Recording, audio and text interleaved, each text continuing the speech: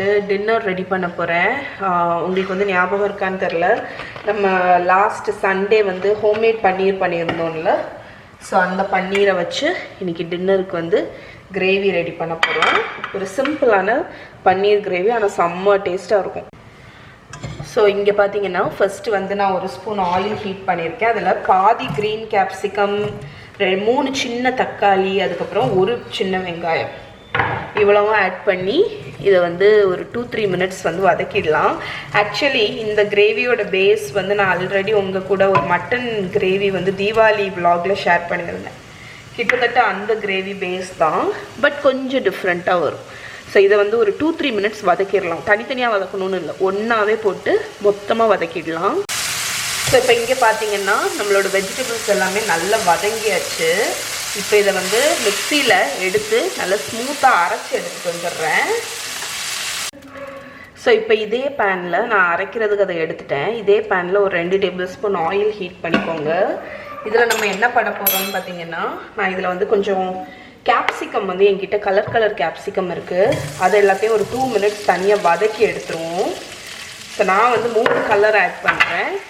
இது வந்து நல்ல ஒரு கலர் கொடுக்கும் உங்களோட இந்த கிரேவிக்கு.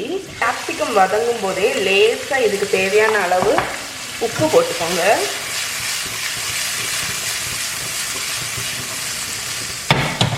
ஓகே, ஸோ இப்போ இதை வந்து தனியாக நான் எடுத்து வச்சிடுறேன். இப்போ கிரேவி பேஸ் ரெடி பண்ணிடலாம். நம்மளோட கிரேவி பேஸ்க்கு 1 ஸ்பூன் ஆயிலில் கொஞ்சம் ஜீரா, அதுக்கப்புறம் சோம்பு, பட்டை, 2 ஏலக்காய், 1 கிராம்பு வச்சுருக்கேன். இந்த மசாலாவை போட்டு லேசாக பொரிய வச்சிடலாம். ஓகே, நம்மளோட ஸ்பைசஸ் எல்லாமே நல்லா பொரிஞ்சாச்சு. இதில் அரைச்ச விழுத போட்டுடலாம். இப்போ இதுலேயே நான் வந்து இஞ்சி பூண்டு பேஸ்ட் போட்டிருக்கேன். ஆக்சுவலி நீங்கள் அந்த ஆயிலில் போட்டு இஞ்சி பூண்டை வதக்கி இருந்தீங்கன்னா இன்னும் நல்லா இருந்திருக்கும். நான் மறந்துட்டேன். ஸோ எப்படி இது வதங்க தானே போகுது, ஒன்றும் இல்லை. ஸோ இஞ்சி பூண்டு பேஸ்ட் ஒரு டேபிள் ஸ்பூன் போட்டு அதையும் மிக்ஸ் பண்ணிவிட்டு, spice powders 1/2 teaspoon chilli powder, மஞ்சள் பொடி, ஒரு 2 டீஸ்பூன் சில்லி பவுடர், 1 டீஸ்பூன் கொத்தமல்லி பொடி, இதை நல்லா வதக்கி விட்டுருங்க. இப்போது நான் சேம் பேஸ் தான் யூஸ் பண்ண போகிறேன். ஒரு டீஸ்பூன் அளவுக்கு சோய் சாஸ். ஸோ இதெல்லாமே நல்லா இருக்குமா இதில் அப்படின்னு நினைப்பீங்க. இதே ரெசிபி தான் நான் சிக்கன் மட்டனுக்கும் யூஸ் பண்ணேன். இந்த சோய் சாஸும் நான் ஆட் பண்ணுற இந்த கெச்சப்பும் பார்த்திங்கன்னா, சோய் சாஸ் வந்து மெயினாக நம்ம எதுக்கு ஆட் பண்ணுறோன்னா, ஒரு டார்க் ப்ரௌன் கலர் வந்து இந்த கிரேவிக்கு கொடுக்கறதுக்கு தான் ஆட் பண்ணுறோம்.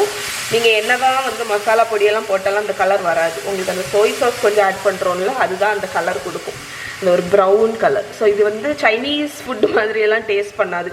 சில பேர் நினைப்பாங்க சோய் சாஸ் ஆட் பண்ணோன்னே இது வந்து சைனீஸாக டேஸ்ட் வந்துடும் அப்படின்னு.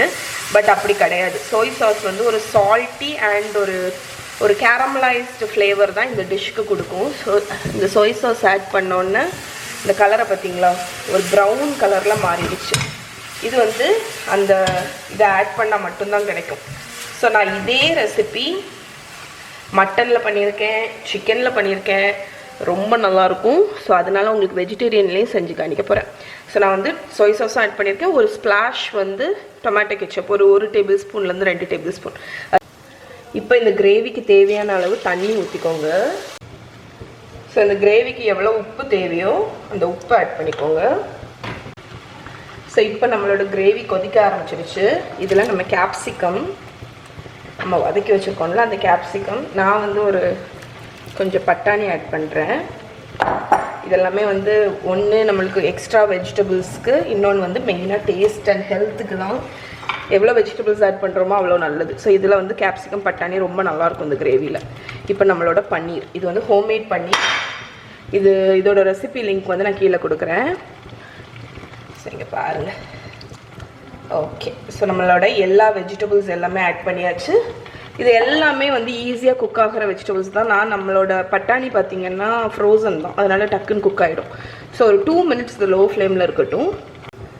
ஸோ நம்மளோட கிரேவி வந்து கொதிச்சுட்டு இருக்கும்போதே டேஸ்ட்டுக்கு வந்து உப்பு ஆட் பண்ணிட்டோம். இப்போ நான் கொஞ்சம் வெல்லம் ஆட் பண்ணுறேன். என்னடா கிரேவியில் வெல்லம் ஆட் பண்ணுறாலே நினைக்காதீங்க. நம்ம பன்னீர் பட்டர் மசாலாவில் எப்படி வந்து சுகர் ஆட் பண்ணுறோம், அதே மாதிரி இந்த கிரேவியில் நீங்கள் வெல்லம் ஆட் பண்ணணும். சுகர் இருந்தால் சுகர் ஆட் பண்ணிக்கோங்க. நான் அதுக்கு பதில் தான் வெல்லம் ஆட் பண்ணுறேன்.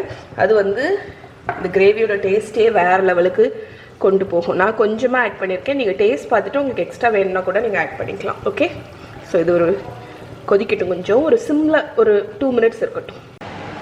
Okay friends, so after 2 minutes பார்த்தீங்கன்னா நம்மளோட கிரேவி வந்து ரெடி ஆகிடுச்சு.